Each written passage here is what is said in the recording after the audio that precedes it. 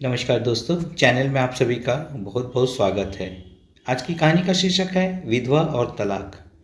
यह कहानी नीलू और वीरू की है। नीलू अपनी शादी के 1.5 महीने बाद ही विधवा हो जाती है और उसके जीवन में अचानक ही पतझड़ आ जाता था। नीलू को ऐसा लगता था जैसे वह संसार की सबसे बदनसीब औरत है। उसकी आंखों के आगे उसका अंधेरे जैसा भविष्य हमेशा घूमता रहता था। नीलू के घर में सिर्फ उसकी बूढ़ी माँ रहती थी और नीलू के पति के गुजरने के बाद नीलू के पिता भी इस दुख में गुजर जाते हैं। एक बड़ा भाई था, लेकिन वो तो सबसे मुंह मोड़कर अपनी पत्नी को लेकर कहीं और रहने चला जाता है। इसलिए अब नीलू को लगता था कि जिंदगी में कभी भी खुशी उसके दरवाजे पर दस्तक नहीं देगी। इधर वीरू की बात करते हैं। वीरू की शादी 2 साल तक तो अच्छी चल रही थी, लेकिन फिर उसकी पत्नी का किसी और के साथ चक्कर चलने लगा और वो दूसरे आदमी के साथ खुलेआम अय्याशी करने लगी। फिर कुछ ही दिनों में उसने वीरू को तलाक देकर दूसरे आदमी से शादी कर ली। वीरू अपनी पत्नी से बहुत प्यार करता था, लेकिन तलाक होने के बाद वह अपनी पत्नी के बिना बिल्कुल ही अकेला सा हो गया और अपनी सुनसान वीरान जिंदगी अकेला ही काटने लगा। वह नहीं जानता था कि अब उसका भविष्य कैसा होगा, कभी वह फिर किसी से शादी कर पाएगा या नहीं। तभी एक दिन नीलू और वीरू दोनों ही किसी की शादी की सालगिरह में जाते हैं। नीलू की एक सहेली वीरू को जानती थी और उसी ने ही उन दोनों को मिलवाया। वीरू से मिलकर नीलू को अच्छा नहीं लगा, क्योंकि वीरू अपनी पत्नी के बारे में निगेटिव बातें कर रहा था और यह सुनकर नीलू को वीरू पर गुस्सा आ रहा था कि वह औरत के बारे इतना गलत कैसे बोल सकता है। लेकिन बाद में उसकी सहेली मीना ने बताया कि वीरू कितना दुखी लड़का है। वह अच्छे खासे पैसे कमाता है और उसके परिवार वाले भी बिल्कुल सीधे हैं, लेकिन फिर भी उसकी पत्नी ने दूसरे मर्द के चक्कर में इस बेचारे को धोखा दे दिया और अब वीरू दिन रात रोता ही रहता है। यह सुनकर नीलू का दिल भर आया। वह मन में सोचने लगी कि एक शरीफ लड़के को मैं बिना मतलब ही बुरा समझ रही थी।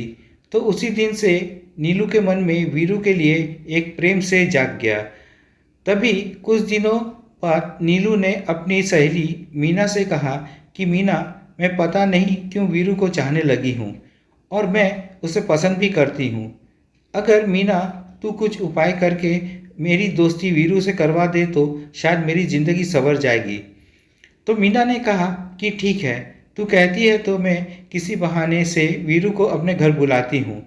मैं उसे तेरी सारी कहानी पहले ही बता दूंगी, फिर तू भी आ जाना। आगे तुम दोनों की किस्मत। तभी मीना अपने जन्मदिन का बहाना करके वीरू को अपने घर बुलाती है और मीना वीरू को नीलू की बीती हुई सारी बात बताती है और वो उसे ये भी बताती है कि शादी के 1.5 महीने में ही नीलू विधवा हो गई थी। वीरू को नीलू का ऐसा हाल देखकर उसे बहुत दुख होता है।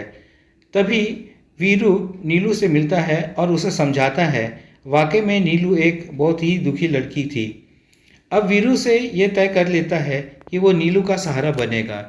नीलू को भी वीरू दिल से बहुत ही पसंद था और दोनों ही बाहर भी मिलने लगे ताकि वो एक दूसरे को सही से समझ सके। एक दिन उन दोनों को ही एक दूसरे से बेहद प्यार हो गया और रात रात भर वो दोनों ही फ़ोन पर चैटिंग भी करते हैं और कभी फ़ोन पर बातें भी कर लेते हैं। वीरू बहुत ही रोमांटिक लड़का था। वह अपनी बातों से नीलू का दिल जीत चुका था। नीलू को भी वीरू के मुंह से अपनी तारीफ सुनना बहुत ही अच्छा लगता था। दोनों ही हर रविवार को मिलते थे, पार्क में घूमने जाते थे और कभी कभी रात को होटल में डिनर करने भी चले जाते थे। तभी एक दिन नीलू वीरू को अपने साथ अपने घर ले गई और उसे अपनी माँ से मिलवाया। वीरू ने जब नीलू की माँ के पाँव छुए तो नीलू की माँ रोने लगी और वीरू का हाथ पकड़कर कहने लगी कि बेटा, मेरी बेटी का सहारा जरूर बनना और उसका साथ कभी मत छोड़ना। मेरे सिवा इसका कोई भी नहीं है। अब मेरा भी कोई पता नहीं कब उस भगवान का बुलावा आ जाए। अगर मैं मर गई तो मेरी जवान लड़की का क्या होगा। ये सुनकर वीरू की आंखों में आंसू आ गए और नीलू भी खूब रोने लगी। तभी वीरू ने कहा कि माँ जी, आप बिल्कुल चिंता न करें, नीलू का मैं मरते दम तक साथ नहीं छोड़ूंगा और आपको भी कुछ नहीं होगा और आपकी बेटी का मैं जिंदगी भर ख्याल रखूंगा। ये सुनकर नीलू की माँ और नीलू को बहुत अच्छा लगा और नीलू वीरू का हाथ अपने गालों पर लगातार रोती रही। तभी एक दिन दोनों ही पार्क में बैठे थे तो नीलू ने कहा कि वीरू, तुम अपने घर वालों से मुझको कब मिलवाओगे।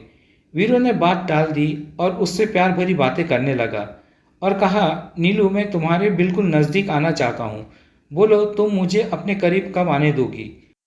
लेकिन नीलू वीरू को अपने करीब आने से मना करती है, मगर फिर भी थोड़ा बहुत वो दोनों प्यार कर ही लेते हैं। तभी नीलू की सहेली मीना ने नीलू के कान भरना शुरू कर दिए। उसने कहा कि नीलू, लड़कों पर इतना जल्दी भरोसा नहीं करते, तू तो सीधी सादी है। वीरू को अपनी माँ से भी मिला दी, लेकिन वीरू ने तुझे किसी से मिलवाया? कहीं ऐसा ना हो कि वो तुझे इस्तेमाल करके ना छोड़ दे।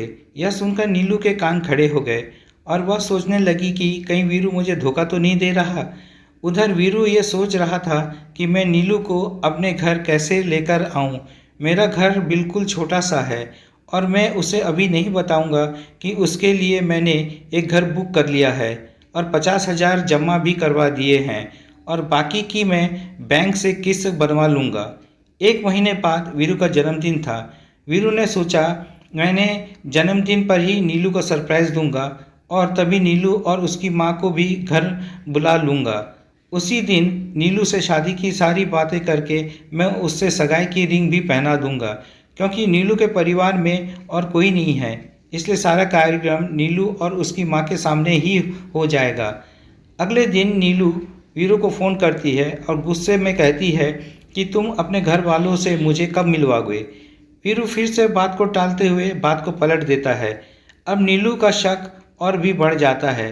तभी नीलू वीरू से कहती है, तुम्हारे बैंक में कितने पैसे हैं, मुझे अपना बैंक बैलेंस दिखाओ।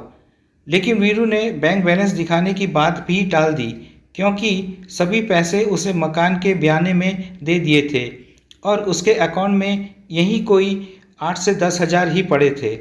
नीलू का शक अब बढ़ता ही जा रहा था और वो ये सोच लेती है कि वीरू वाकई में मेरा इस्तेमाल कर रहा है और वो मुझसे शादी भी नहीं करेगा। इसलिए नीलू वीरू का फ़ोन तक उठाना बंद कर देती है। इधर वीरू एंगेजमेंट की सारी तैयारी कर चुका था।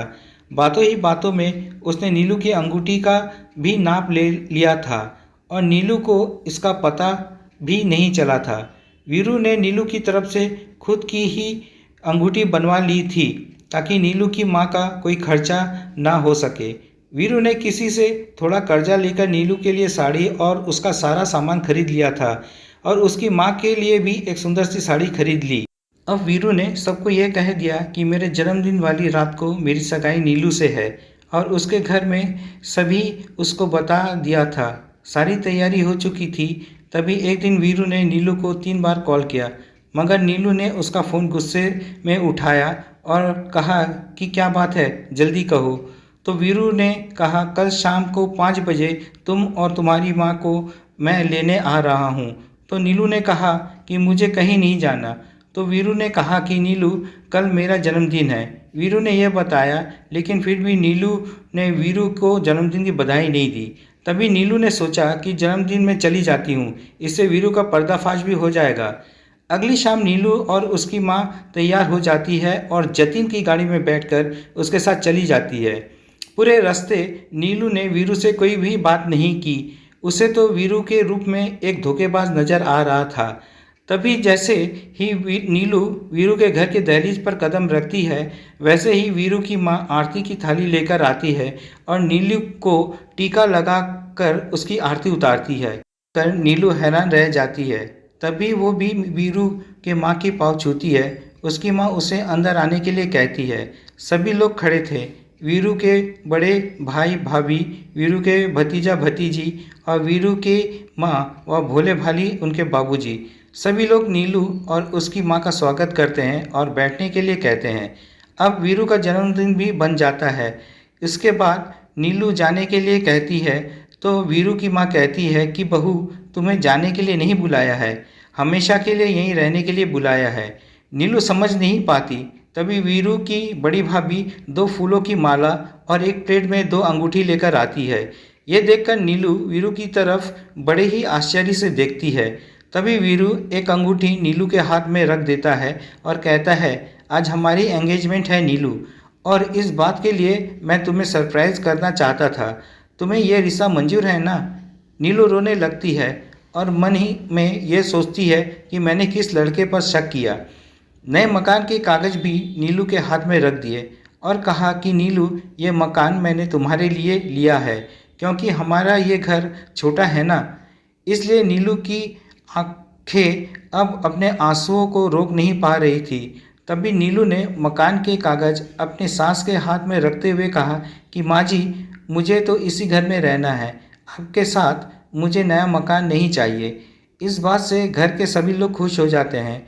तभी वीरू कहता है कि नीलू, तुम्हारी माँ भी हमारे साथ ही रहेगी, भला वो अकेले कैसे रह पाएगी।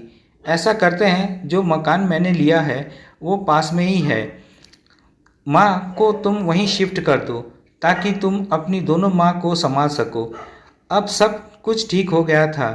कहाँ नीलू एक शक की वजह से सब खत्म करने जा रही थी। ये गलती उसे महंगी पड़ने वाली थी, मगर नीलू ने वीरू के घर जाकर अच्छा ही किया।